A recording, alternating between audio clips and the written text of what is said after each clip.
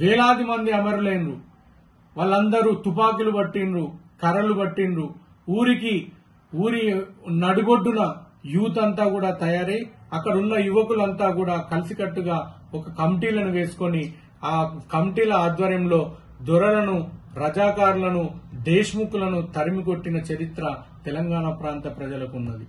స్వయం పరిపాలన చేసుకున్నటువంటి తెలంగాణ ప్రజలు ఆనాడు తెలంగాణ విమోచనం జరగాలని ఎంతో విరోచిత పోరాటం జరుగుతూ ఉంటే ఇది గమనించిన భారతదేశ ప్రభుత్వం ఆపరేషన్ పోలో ద్వారా ఇక్కడికి ఆక్రమించుకొని ఇక్కడ ఉన్నటువంటి నిజాం ప్రభువు వ్యతిరేకంగా జరగాల్సినటువంటి పోరాటంలో భాగంగా మన సాయుధ పోరాట అమరవీరులను కూడా చంపడం జరిగింది.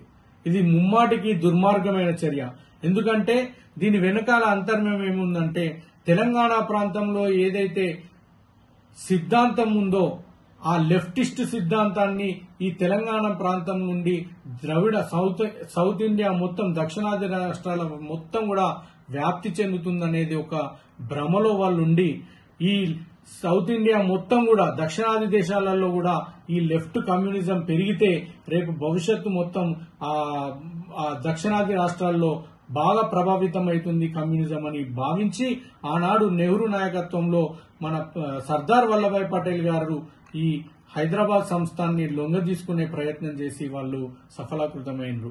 వాస్తవానికి ఇది సపరేట్ దేశంగానే ఉంటే ఈరోజు వందలాది దేశాలు మన తెలంగాణ రాష్ట్రం కంటే చిన్న రాష్ట్రాలు దేశాలుగా ఉన్నాయి.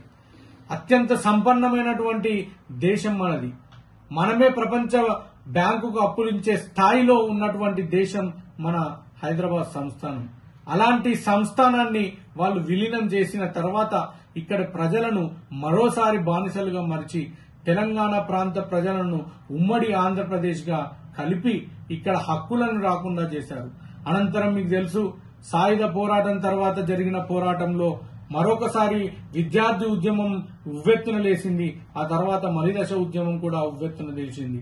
కారణం ఆనాడు మనకు దక్కాల్సినటువంటి వాటా దక్కలేదు, మనకు కావాల్సినటువంటి నిధులు రాలేదు, ఉద్యోగాలు రాలేదు అని మనమంతా చైతన్యమై తిరుగుబాటు చేస్తే దురహంకారులైనటువంటి ఆంధ్ర ముఖ్యమంత్రులు మనపైన దాడులు చేశారు.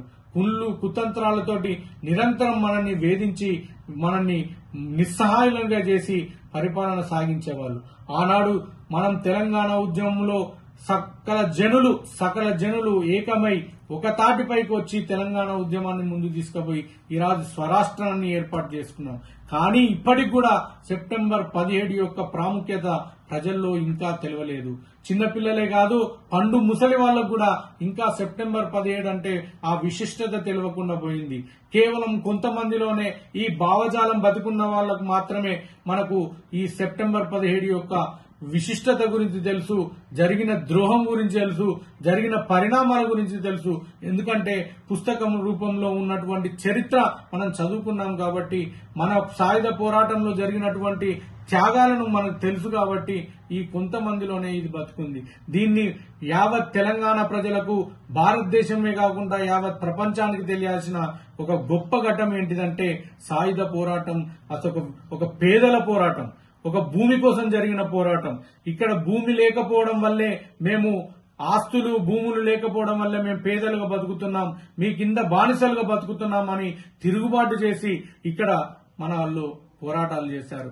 ఎంత దుర్మార్గమైన చర్యలు అంటే ఆనాడు దేశ్ముఖులు మరియు రజాకారులు మన ఆడవాళ్లు పెద్ద మనుషులైతే పన్ను కట్టేది, పండుగలు చేసుకుంటే పన్నులు కట్టేది, ఆఖరికి స్త్రీల సలాల మీద కూడా పన్నులు మోపినటువంటి దుర్మార్గపు వ్యవస్థ